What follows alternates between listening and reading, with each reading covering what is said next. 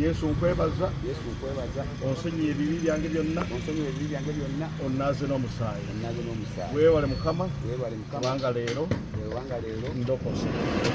Akusabire Mukama nkwebaza olw'omusajja ono kubanga okulokoka omunaaza n'omusaayi era olunaku lwa leero nsiba buli maanyi gonna ag'ekizikiza emyoyo gyonna egibadde gyagala omutwala mu geyeena okufa nkusazaamu mu linnya lya Yesu era nsumulula omukisa gwa Ibulayimu, Isaaka ne Yakobo kubeera ku bulamu bwe era byonna ebibadde bimutawaanya tubimumenye mu n'omusaayi. Olunaku lwa leero alokose era eŋŋaana omwoyo gwonna ogw'omwenge n'ettamiiro mu linnya lya Yesu Kristo. Amiina.